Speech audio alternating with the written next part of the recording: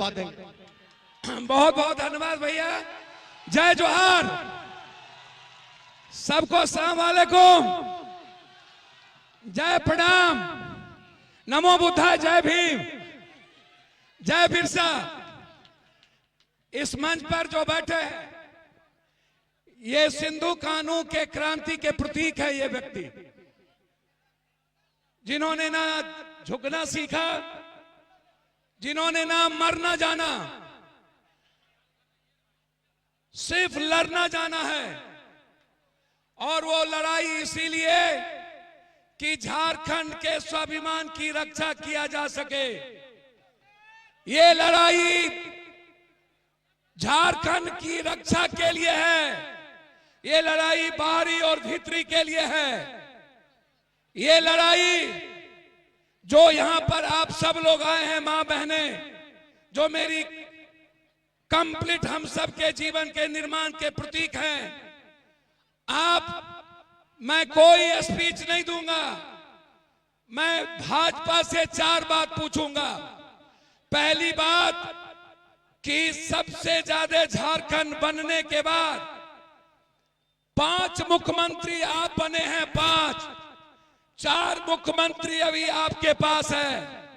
हमारे पास सिर्फ एक शेर का बेटा है जिन्होंने भगवान बिरसा मुंडा के बाद क्रांतिवीर तिलका मांझी के क्रांति के पथ पर चलने वाले आदरणीय गुरुजी शिबू सोरेन के बाद यदि किसी के भीतर इस झारखंड के एक एक मूलवासी के लिए लड़ने और मरने का जज्बा पैदा लिया, वो झारखंड का बेटा है हेमंत सोरेन, जो आपके सामने बैठा है।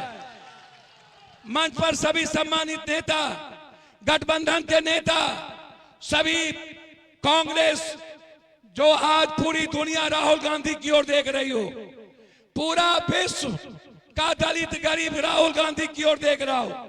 एक ऐसा व्यक्ति, 2 विचारधारा, एक देश की और दूसरा झारखंड की। मैं उनसे जरूर कहना चाहूंगा, भाजपा के नेताओं से, ये जो तीर धनुष है ना, ये तीर धनुष अंग्रेज का मुकाबला किया था। याद रखना है आप इस बात को। ये तीर धनुष बंदूक और तोप से ऊपर है। इस बात का ख्याल रखना। जब हमारे पास संविधान नहीं था, जब हम लोकतांत्रिक मूल्य में नहीं थे, तब मेरे पास तीर धनुष था। आज मेरे पास एक तरफ तीर धनुष है, दूसरे तरफ संविधान है, और तीसरे तरफ ये देश की जनता है। ये दुनिया में इससे बड़ी कोई ताकत नहीं हो सकती है। ये लड़ाई आज हमारी है। दूसरी तरफ एक बात ख्याल रखना, ये भाजपा की लड़ाई क्या है? ये जल जंगल जमीन पर कब्जा करने की है। अभी मैं आपको 2 बात कहना चाहूंगा, इस बात का ख्याल रख लेना। झारखंड में के पहले छत्तीसगढ़ और उड़ीसा में लगभग 600 आदिवासी के युवा को मारा है। 600 और वहां के आदिवासी और गरीब लोगों के घर और जमीन को कब्जा कर रहा है ये बीजेपी अपने उद्योगपति के द्वारा। यहां कौन आए हैं, कौन चुनाव लड़ेगा, मैं आपसे जानना चाहता हूं। ये गुंडे लोग आए हैं बाहर से। एक मेरा बेटा है, बाप का भाई है, हम दोनों अलग अलग कोख से पैदा लिए हैं।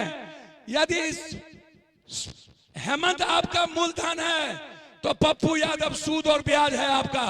ये आप ख्याल रखना है। आप मैं आया हूं एक बात कहने। ये लोग बाहर से आ रहे हैं सारे गुंडे, और ये क्यों आ रहे हैं बाहर से?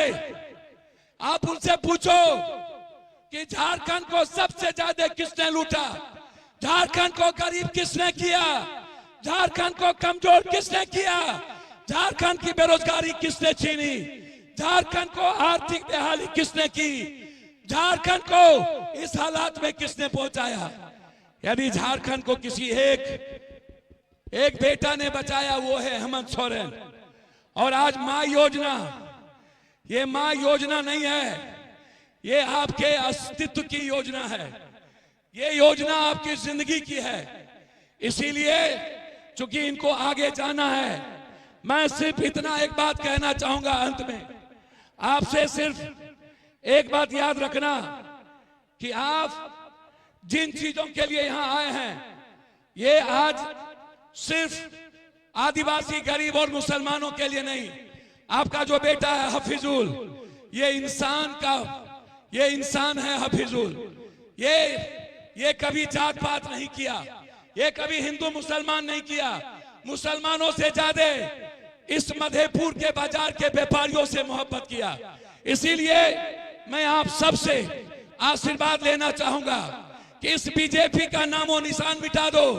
एक तरफ हेमंत का गुंडा यहाँ बैठा है गुंडाई के रूप में, आप इस हेमंत बिस्वा को बढ़ाओ। तुम्हारे जैसे गुंडे को हम अपने क्रांतिवीर हेमंत के द्वारा खत्म करेंगे और तुमको झारखंड से समाप्त करेंगे। ये लड़ाई के साथ मैं आप सारे गैर आदिवासी, चाहे वो यादव हो कोई, आप एक ताकत के साथ इस भाई को मुख्यमंत्री बनाने के लिए आप एक पैर पर खड़े होकर के इस झारखंड में दोबारा अपनी रक्षा के लिए हेमंत अपने भाई और बेटे को बनाओ। बहुत बहुत धन्यवाद। जय जोहार, जय प्रणाम।